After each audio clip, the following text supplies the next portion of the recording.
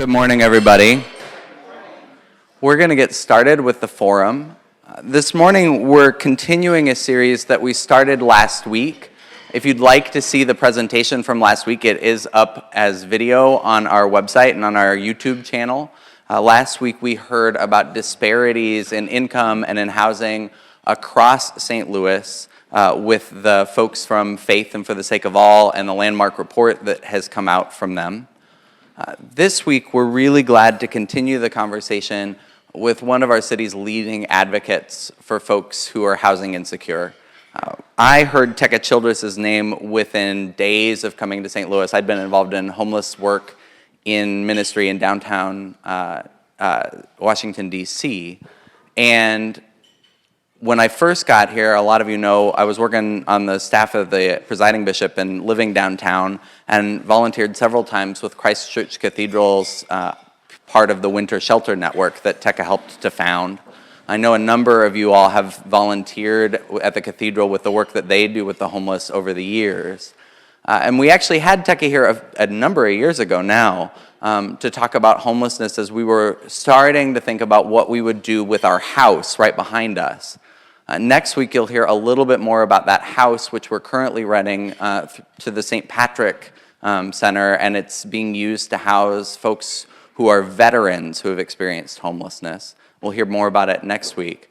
But before we had them, we thought we would invite Teka and ask her to give us a sort of sense of what is the state of homelessness in St. Louis.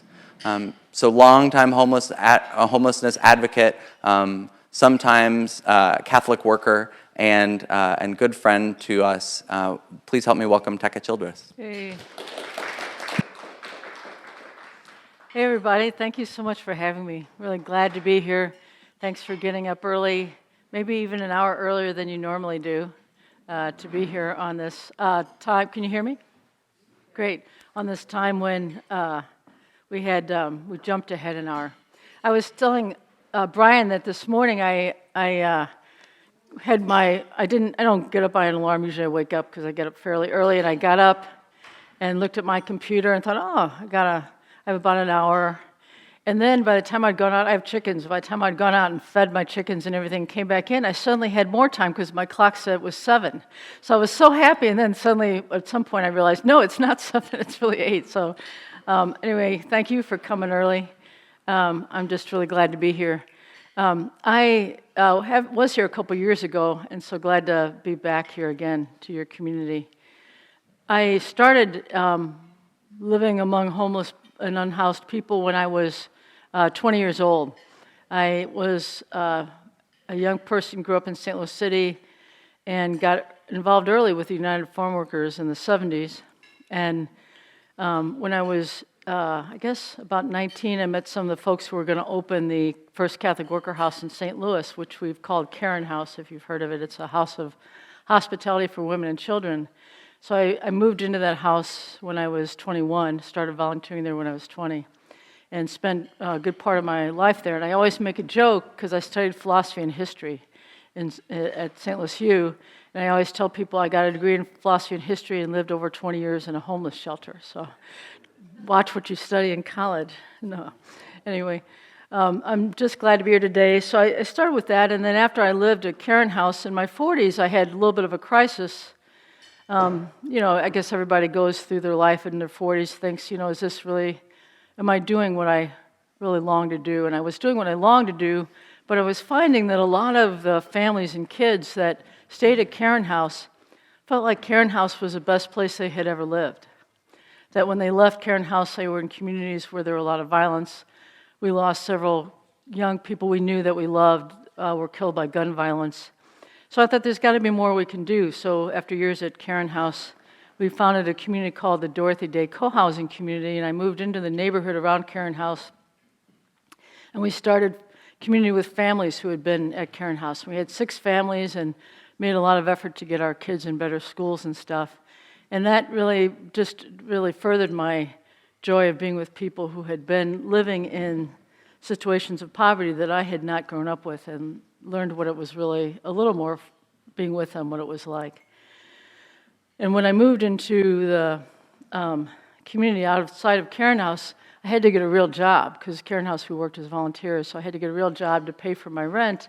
So I started working at BJC Behavioral Health. And I worked there, and I'm still there today, about 18 years now. I work as an outreach worker to folks who are unhoused with severe mental illness.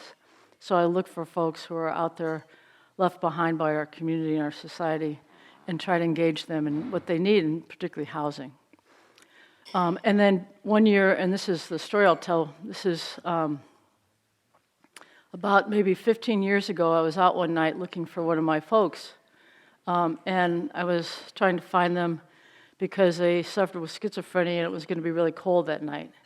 And so I walked around the bus stop that is down at Hampton and Gravois because I knew one of my clients spent time there. And I didn't find him, but I found a man who was slumped over.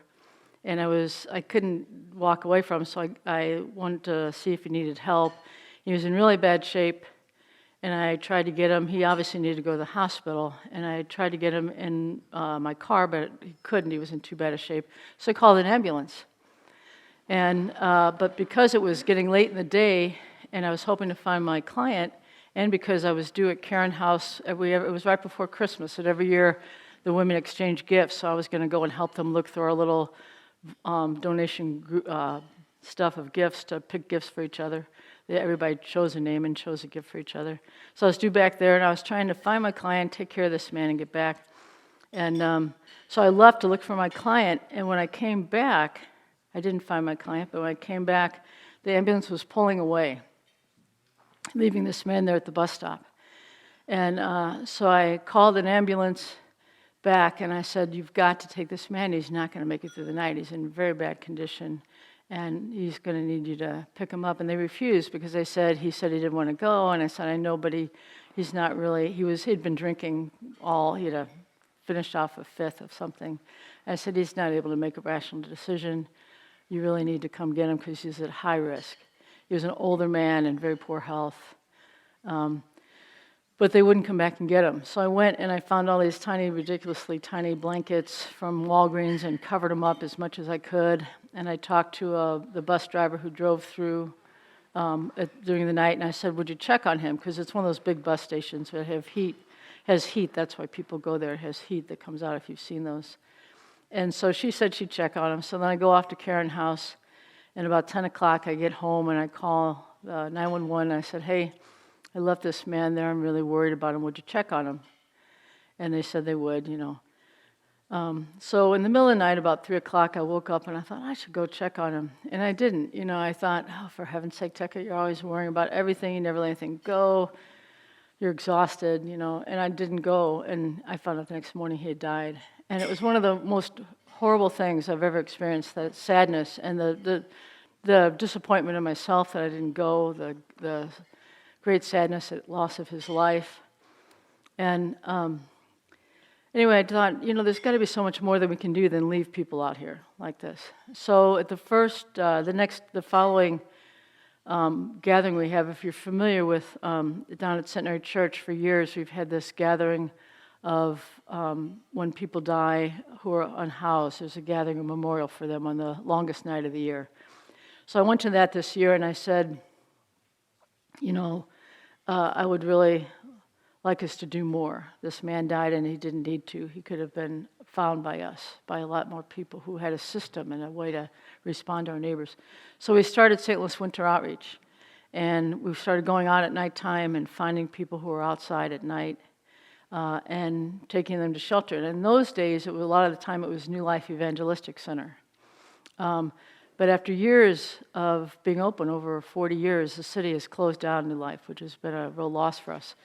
But in those days, we would take a lot of people to New Life, but then they'd run out of space and we'd have nowhere to take people. We got to a point one winter, after about 2 or 3 winters of doing this, we got to a point where we were literally giving people bus tickets to get on the bus, to ride the bus as long as they could, until it stopped around maybe 12:30 or 1 at night, to keep warm as long as they could, because there was no place to take them. And I had been asking the city at that point quite a bit to really please open a shelter, because sometimes the city would open a winter shelter, and we couldn't get any response. They absolutely refused. I wasn't even getting emails back from the city director of homeless services. I would write, call, and I was like all the rest of the unhoused people, ignored and left behind and not responded to. So being a Catholic worker, I don't know if you're familiar with the Catholic worker movement, but it was started by Dorothy Day and Peter Morin in the 1930s. And the vision of the Catholic worker is that we don't have to wait for other people to take care of each other. It's a vision of if we see God's face in each other, we can respond and take care of our neighbor. And so I was in the middle we have a journal we put out, and I was in the middle of editing these articles by Peter Morin. He used these short little things called easy essays. And there's one that said, don't go to the muni, don't go to the city to solve this problem. And I realized that's exactly what I was doing. So I started talking to all the churches who were working with us and saying, hey, maybe we could open our own shelters. So over the years, we opened several shelters, and we've opened to this day, I think it's like 12 or 13, and there are many other groups that are doing things beyond what we do. Other churches, in Ferguson, there's a whole group of churches that do amazing work in the wintertime and open even under temperatures warmer than ours. They're doing great work, and for years, New Life has gone out. So we're just one of a group of people like ourselves who do this. But it's really radically changed because when Ed died, he was alone, and after he died, I was alone. But when we go out and take care of each other and when we don't leave people left behind, they're not alone and neither are we. And it radically changes how we can live together and really care for each other. So it was really life-changing for me. After years of doing the winter outreach work, or several years, one night I was at the Centenary Church in the days when we used to pick up people from there to take them to shelter, and I was there. And we'd taken over like 100 people to shelters, and there were 4 people left behind. I was sitting there with the last 4. And these are the 4 people who were exhausted and quiet and, maybe didn't expect anything anymore. And as I sat there with them, I was just struck at how much more they deserved. These are the people who didn't push to get first in line. They just sat there, and they were tired. And I thought, here we are taking them someplace they don't want to go, give them a bus ticket to get back. It was better than being outside, but it was so little compared to what we needed to do. So the following winter, we started a group called the Vision Team of our winter outreach, and we came up with the idea of opening a winter long shelter, which we then did. And we opened a winter shelter that was open all winter. And at the end of that winter, we decided, why should we put these people out? For $250 a month, for those who can pay, they can have a room that they rent, and it's mostly self-supporting. We've had things like bed bugs and things that have cost us money, so we've had to raise money above and beyond the expenses. But it's somewhat self-supporting if we have several people paying $250 a month, and we pay rent to the church that we rent the building from, in one of these otherwise abandoned buildings, unused buildings. So we've been able to really house people, and we have 6 Assisi houses open now. So this is one of the things we talked about, this building being used for next door years ago. So that's kind of some of the work that I have done.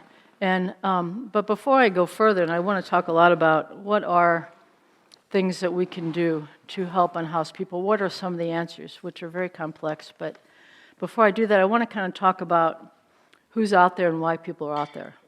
I gave you the more interesting part of the story first because I'm a history major, and history and philosophy, and I love history, but I noticed that when I go into history of stuff, I often get glazed faces. So I gave you the exciting part, so you'll hold on for me for this part. All right. So in our country, we've had many times of when there have been a lot of unhoused people. In history of the world, there's always pilgrims on the road, people on the road. But in this country especially, there have been some big times of homelessness. One was in the 1870s. We had a lot of unhoused people because industrialization caused urbanization. People were going from the farm to the cities. And then there was a lot of transition and a lot of people on the road. So there was a great deal of homelessness during that period. In the 1930s, during the Great Depression, we had a lot of people become unhoused. If any of you have read the wonderful book Grapes of Wrath, you've seen that journey of the people going from the Dust Bowl to California in search of some way of surviving and living. And then in the 1970s especially, in 1980s, we've seen another increase in homelessness that we still have to this day. And so I want to talk about some of the things that have caused that to happen. In the 1970s, we had the deinstitutionalization of those with serious mental illness. So in the 1970s, so if you've ever watched movies or been interested in the history of mental health, you'll see that in the years past we had asylums. Asylums where people lived and were just kind of very heavily medicated, mostly sedated, and couldn't really function very well. And that's where people would go who had a serious mental illness. But in the 1970s, the mental health industry was able to, and pharmaceutical industry was able to develop medications that targeted serious mental illness in a whole new way. Instead of just completely sedating people, we were able to target symptoms of mental illness. And these new generation of psychotropic medications radically changed the ability of people with mental illness to be able to make it and to be able to function and do things. And with this change, which was a great thing, we realized we didn't have to keep people in institutions for the whole life. So we deinstitutionalized mental illness and people were let go in the community. The problem was this was also in a time that allowed for our government to totally take money out of mental health and just free people from the hospital and shut down hospitals. So we went from a terrible system to another terrible system. One terrible system of just putting people in a hospital to allowing people to be on the street. We didn't put the money in the community that we needed to help people with serious mental illness. In the 1980s, early 1980s, we had a 50% reduction in subsidized housing. We lost half of our, what's more than 50, how is that, 100%? Well, we lost half of our subsidized housing in the 1980s under Reagan's administration, and that was slashed. Over the last, from the 1970s on, we've had this globalization of the economy, which has caused us, as you know, to lose access to a lot of middle-income jobs in this country. So we've lost a lot of jobs. A lot of people could go through high school, graduate high school, work in a factory, make $20 an hour, raise a family, and live a rather middle-class life. Those jobs barely exist any longer in our country. Most people come out of high school unable to get a job and really struggle to do very low-paying service jobs. We also lost a lot of affordable housing. There's been we used to, when I first got into this life, in the late 1970s, there were a lot of single-room occupancy places. Like, for instance, the YWCA had 400 plus rooms, really nice, single, simple rooms that were inexpensive and affordable, where people could live. Because of zoning and a lot of other things, we have lost almost all. Now we build big houses that sometimes are not even filled, and we've lost these less expensive ways that people could live. And then because of racism and this sort of changing in zoning, we have lost a lot of housing as well. One story I like to tell about is Mill Creek. If you're familiar with Mill Creek was the area just west of Grand by St. Louis University. And Mill Creek was a predominantly African-American community that had hundreds of businesses, hundreds of mom and pop stores. Now, it was a very poor area because of racism. It was not invested in. Very poor area, but there were these mom and pop stores and people had community in that neighborhood. Well, as housing got older in the city and there was this thing called in the 50s and 60s called urban renewal, the government decided that we wouldn't allow these kinds of neighborhoods anymore, and they were basically closed down and torn down and replaced with things like Pruitt-Igoe, which then was not a success, and people were moved on. And then Laclede Town, which was in that area, which later had troubles. And so basically government has come in and done a lot of zoning regulations and a lot of blighting of areas to change the ability of people to live at less expensive means. And what that's meant is a less amount of, even if we had substandard housing, now we have less housing. And then another thing that's been an important thing that's happened, especially, I think even, maybe since the 1980s, but especially this last 5 to 10 years, is an increase in substance use disorders epidemic of crack cocaine, methamphetamines, and opiates. And this has been not just among unhoused people, but across our whole culture, across our whole society. But it especially affects people who are unhoused because of their vulnerabilities. I talked about this last issue about the effects of unhoused people and substance use, because I like to make a difference and explain a difference in understanding. People will try to talk about the causes of homelessness. And when I used to struggle with this because I'd give talks about people who are unhoused and why were they unhoused. And you either think people often break down this situation by saying people were either unhoused because they deserve it, they didn't do what they needed to do, or it's because society. What's actually what I learned in an article I read was there's a difference between the causes, societal causes that put in place lack of housing and cause homelessness versus vulnerabilities. Now, people with substance use disorder have greater vulnerability. People with mental illness have greater vulnerability to being unhoused because of their losses. People with, don't do what they need to do are more vulnerable to being unhoused. But it's important to know that these are not the causes of homelessness, because the majority of people with substance use disorder in this country are housed. The majority of people with mental illness in this country are housed. So it's not an issue. The solution to housing, the solution to homelessness is not fixing people, is having housing. Because people with mental illness are housed, people with substance use are housed. We know a lot of wealthy people who struggle with substance use. They are housed. We don't say they deserve to be unhoused. We don't even think about that. We think they need to deal with their substance use disorder, but we don't think they need to be homeless. That's their own fault. So the issue, this has been a change in this country about how to look at this issue, because in the past, we used to, when in the 1980s, when we slashed subsidized housing, I shouldn't say we, because believe me, I had nothing to do with it.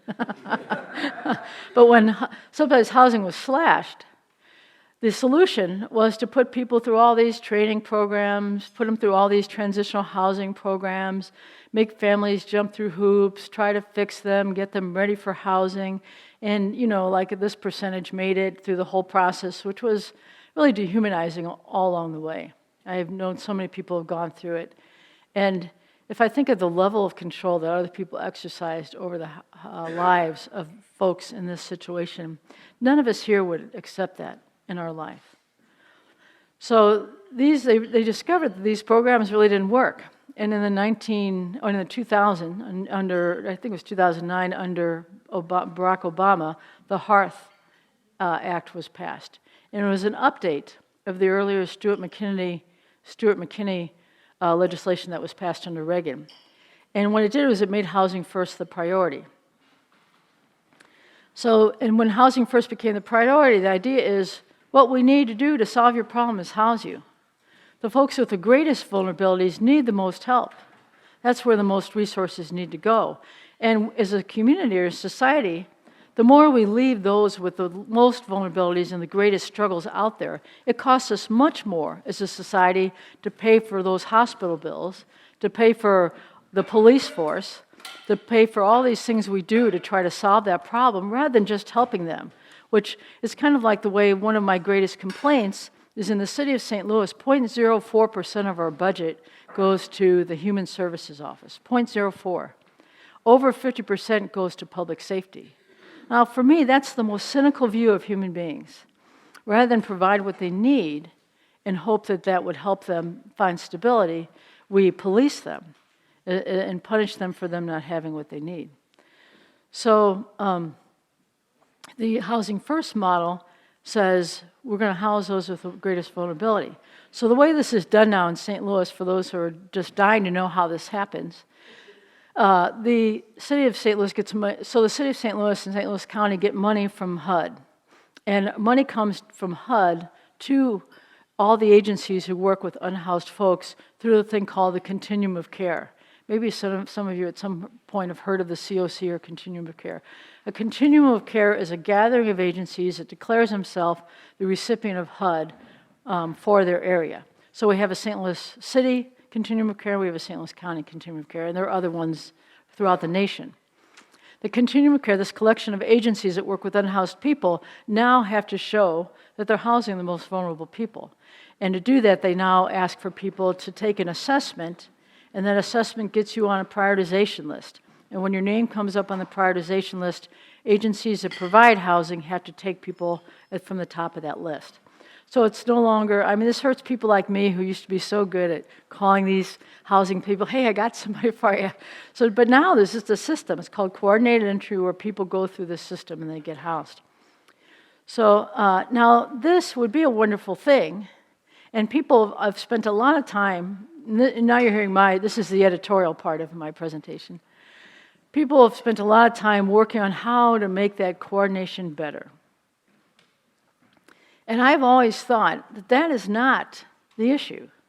As a social worker, I can coordinate anything you give me.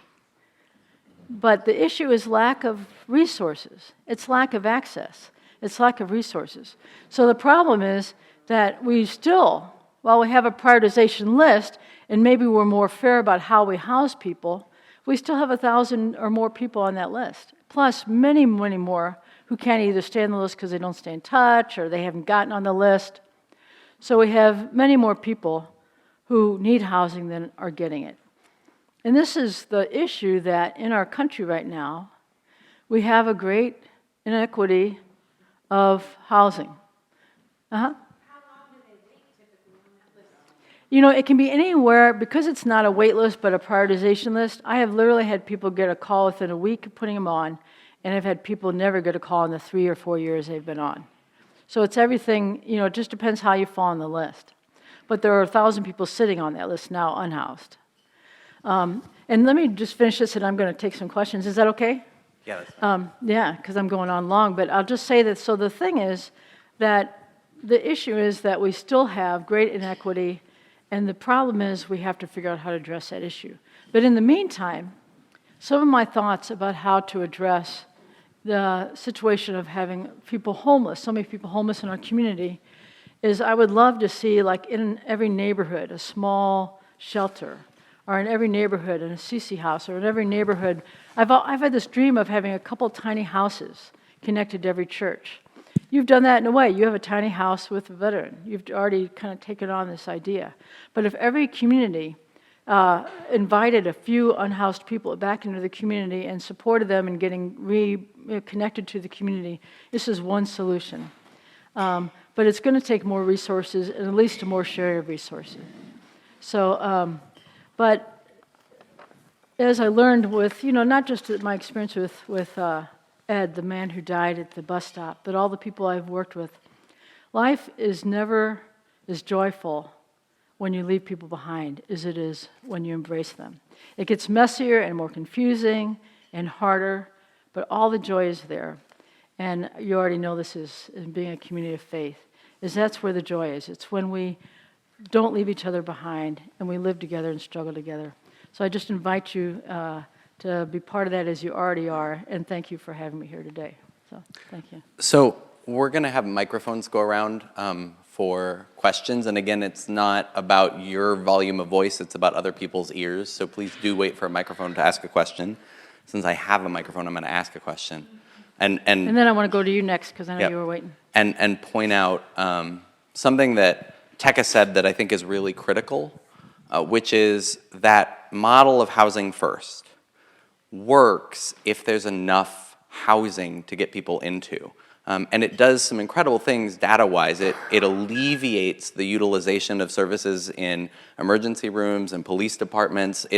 Data-wise, it has been shown to save cities like millions of dollars for what they put into it. But St. Louis is not currently expanding the housing first model. And that's something that means that the folks that typically get housed with housing first are the folks, if I'm right, these are the folks that otherwise tend to take up a lot of resources that could be used. So it's about resource prioritization in some ways, but it's also about if we don't have enough housing first going, then you're just going to be overwhelmed by the chronically homeless. Right. Can you say a word about the difference between chronically homeless and temporarily homeless and the different approaches with those two? Right. Yes, I can. So chronically homeless, these are terms that HUD uses. I'm somewhat of a believer in them, and sometimes I don't know. It's hard to describe. But so chronically homeless, it's obvious. It means you're stuck.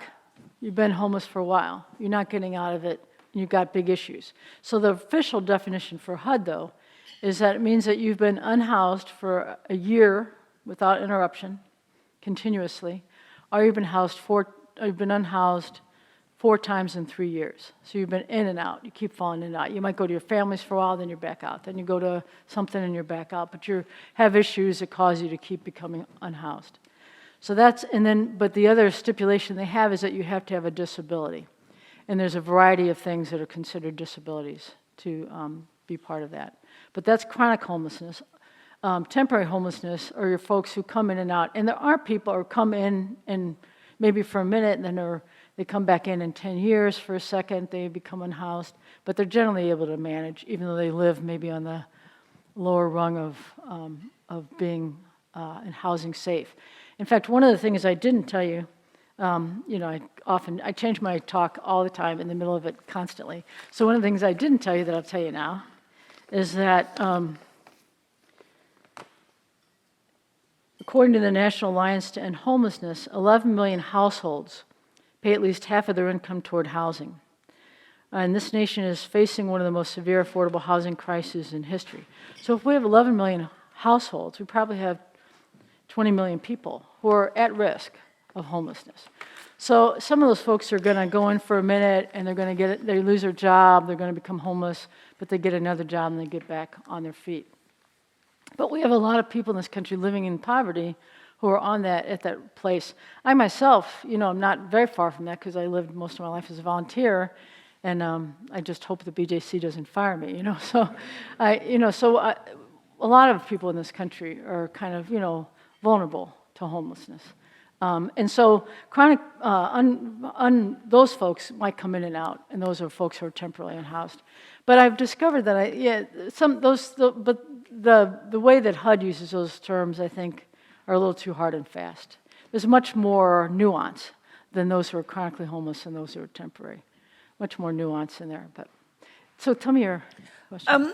So Brian can comment on this as well, but in trying to rent what we call the Gannon House, we have had a lot in talking to different agencies, they'll tour it, they'll love it. We'll hear things, and Brian did all of this, so you can comment much more. It's too big, or we're not used to housing people in a single family home. We prefer it to be an apartment, or it's too big. If they damage it, it'll be too expensive. And we actually had it sit empty for 6 months because we couldn't find anybody who was willing to rent it at a very reduced rate that we rent it. So I have a thought about why that is. Do you want to say more, though, Brian? No, she captured it perfectly. Yeah. Well, I would say that has a lot to do with government bureaucracy. I mean, all these programs that were probably coming to you had all these guidelines. Like I had a church, I had somebody who was willing, in a church, in their parsonage, willing to house one of my people who had a shelter plus care voucher. And it was an ideal situation. This person who needed support was already supported by that church. And they had a place that really, with a little imagination, could have fit every guideline of the shelter plus care. But that's what is lacking in government programs, is imagination. And so I'm guessing that's a lot of the problem. It's hard to know without all the particulars, but that is the problem of all government programs. That's why I've kept winter outreach out of government programs. That's why we do things. We mostly make money we mostly get just private donations. And then with the CC House, we've had to get bigger money, so we've gone for a few grants. But we've kept out of government money for that reason. Okay, whoever. Hi, thank you so much for coming, Teka. Yeah. So I know the city has funds that are supposed to be dedicated or designated for homeless services and social services. I think there was a use tax Yeah. passed a while back, but Yeah, some of the that's funds. so that comes to the use tax, put money into the Affordable Housing Trust Fund, and then they also have emergency shelter funding through the city itself. That's their two accesses to housing themselves. Is there any discussion amongst advocates, among yourself, how we can maybe maximize more of the funding that's used to go to or from taxes to homeless services?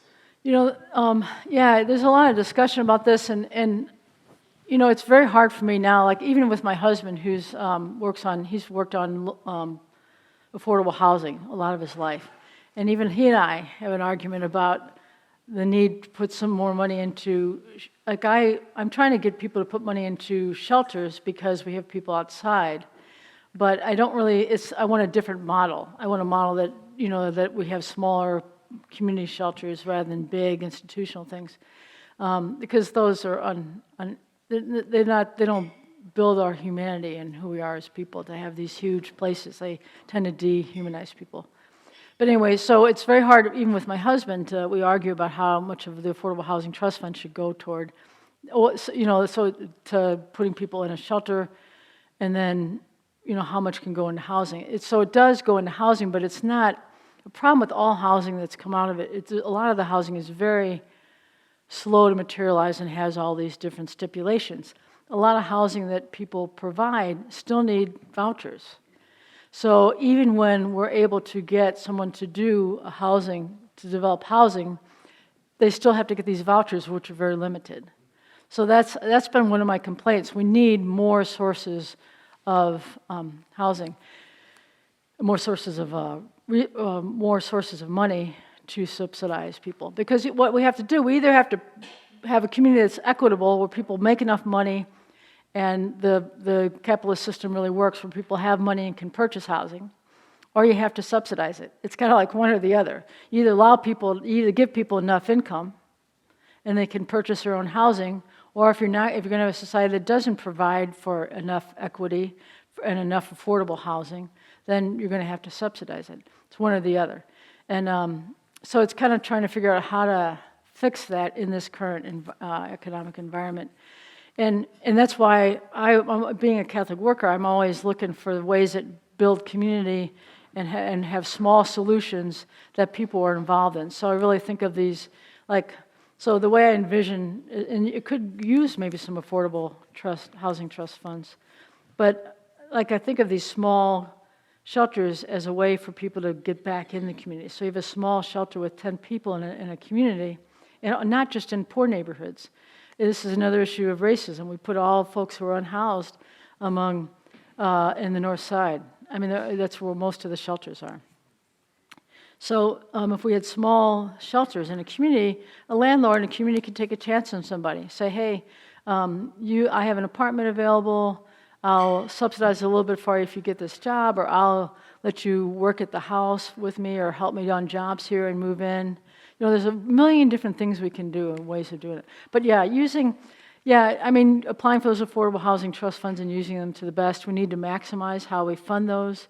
We had to fight to get more funding in. It was underfunded for 5 years, but then this wonderful coalition working on affordable housing trust funds got it funded again last year. So it's just, getting as much of that in there as possible. I've often thought of having if we treated the issue of homelessness the way if we treated getting a new stadium, we could bring a lot of resources to the table.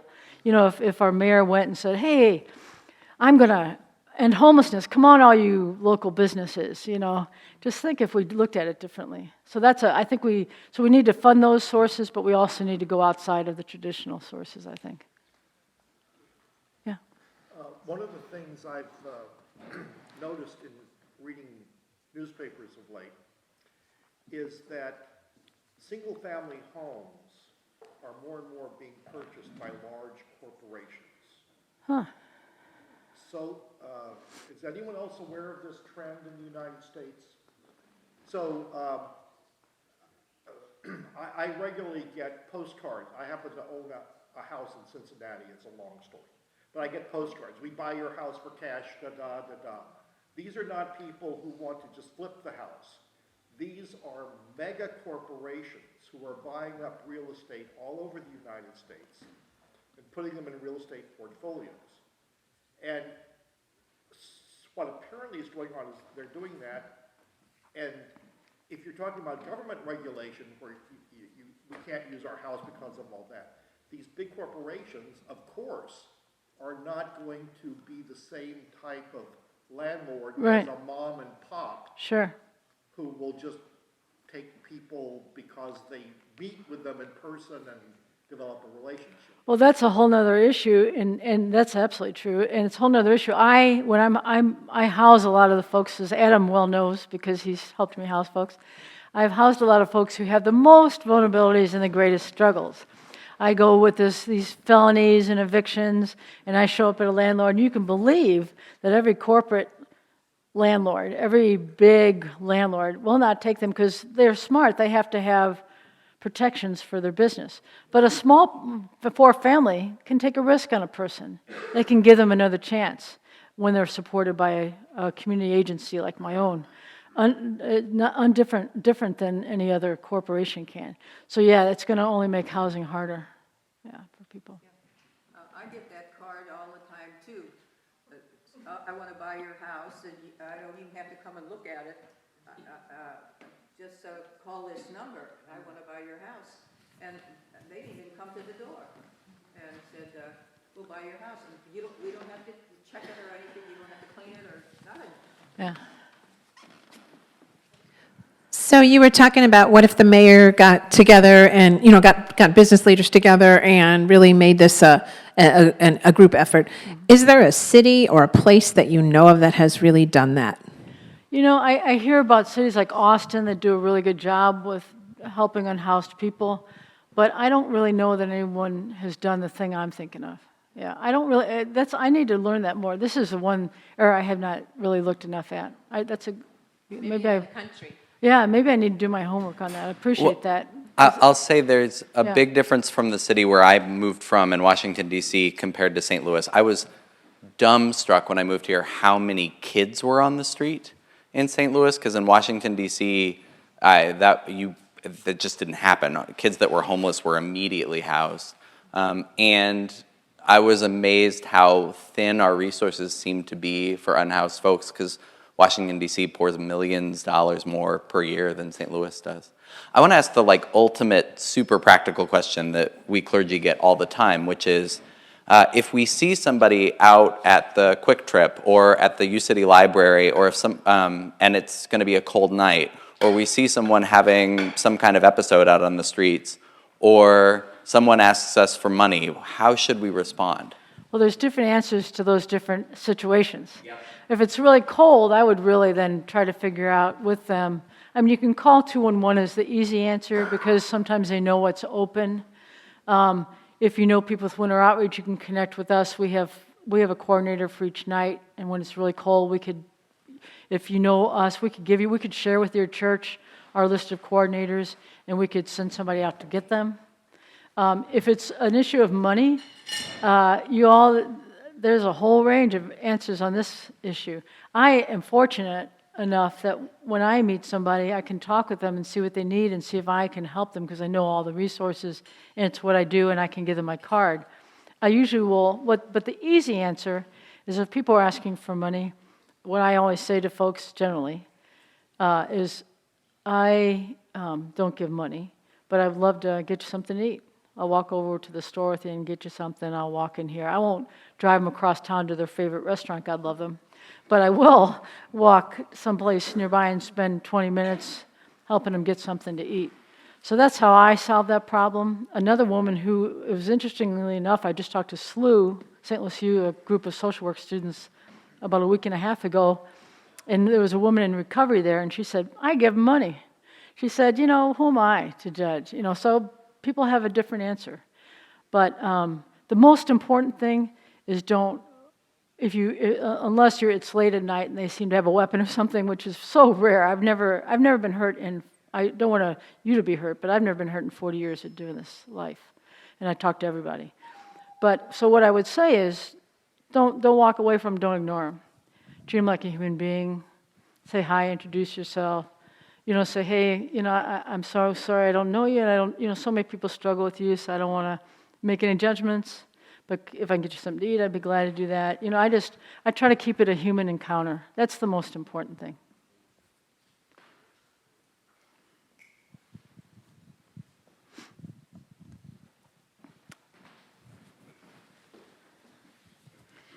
I have a bit of a micro question that you might be able to answer.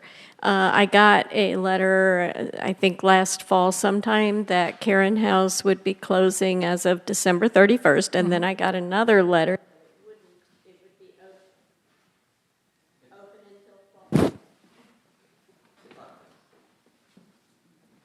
Hello? Oh, good.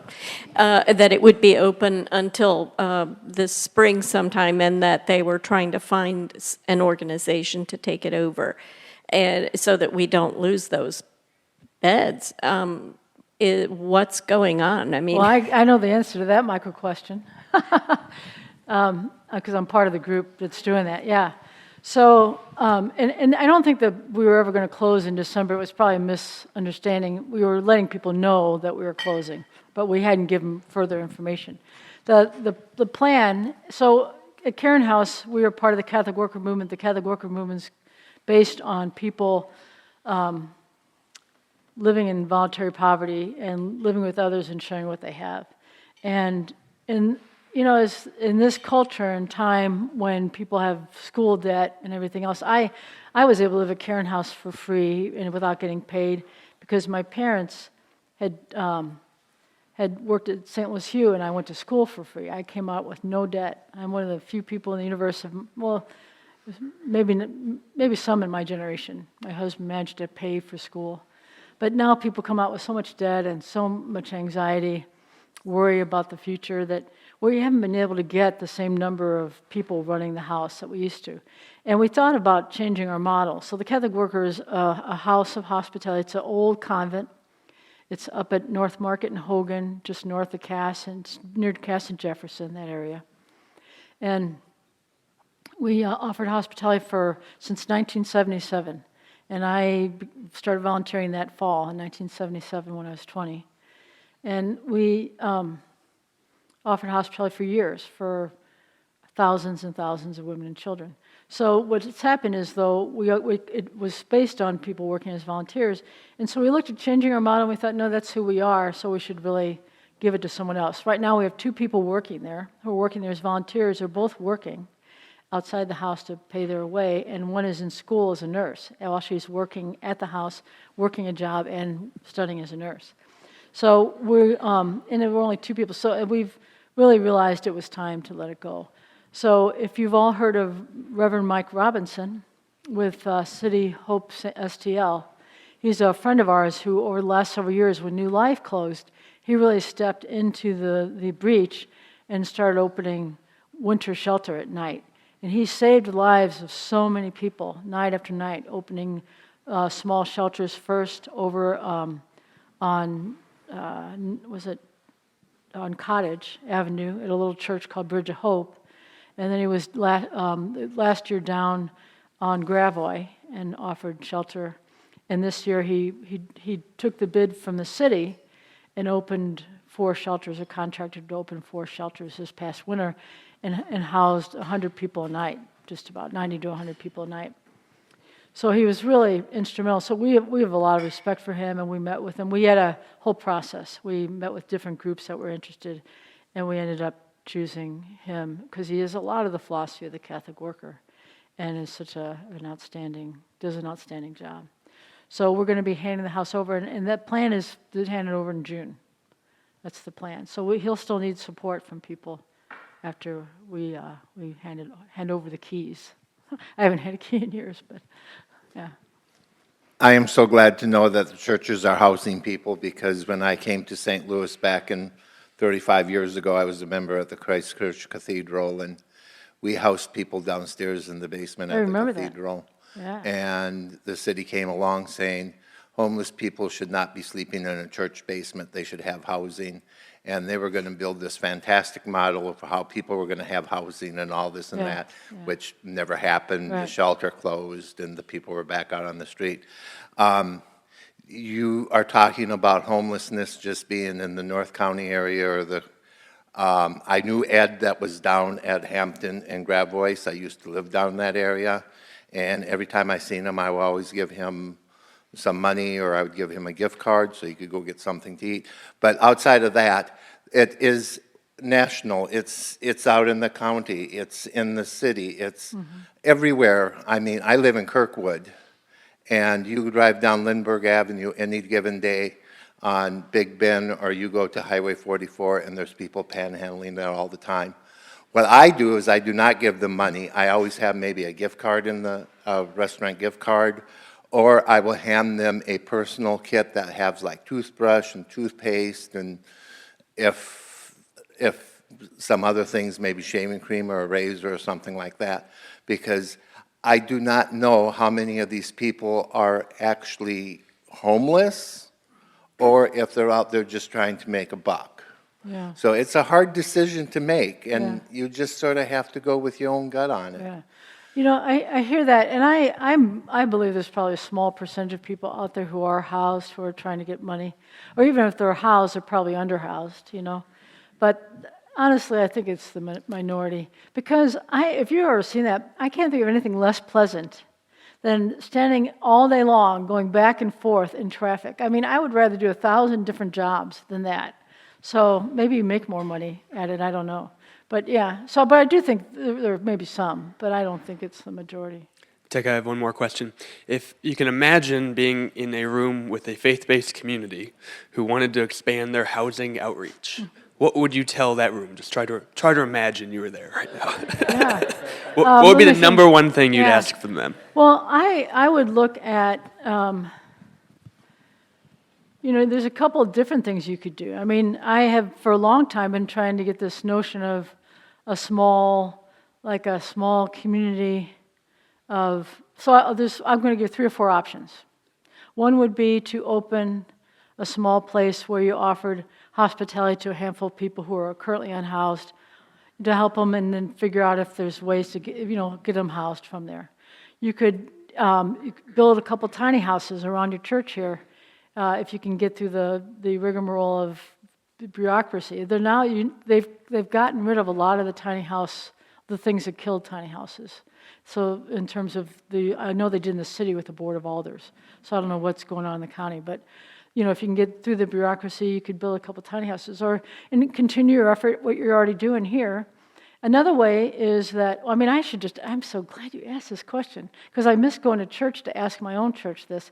I have a woman right now who was in one of our CC houses, and she has an opportunity to get in a tiny house that's opened on North Grand, by North Grand neighborhood.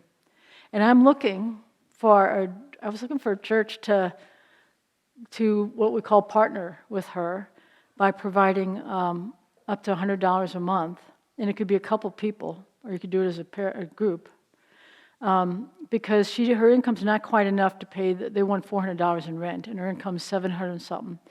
And actually, I have Christ Church Cathedral thinking of it, so this is a challenge for those of you is thinking about doing it and helping.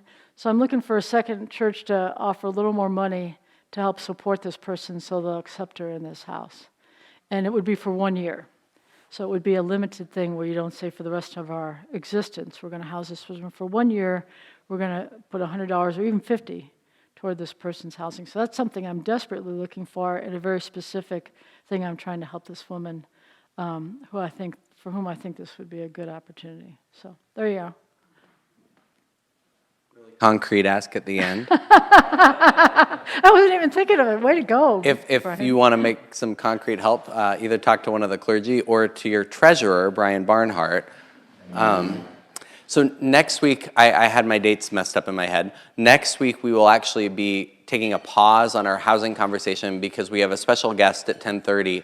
Sharad Sathe, Dr. Sharad Sathe is doing a special Indian music festival next Sunday during the 10:30 service, and he'll be here at the forum with us to talk about the history of the music that he's going to be playing, to demonstrate some of the instruments and things like that. So really interesting forum in a totally different light that we take a pause. And then when we come back on the 22nd, we'll be hearing from the St. Patrick Center.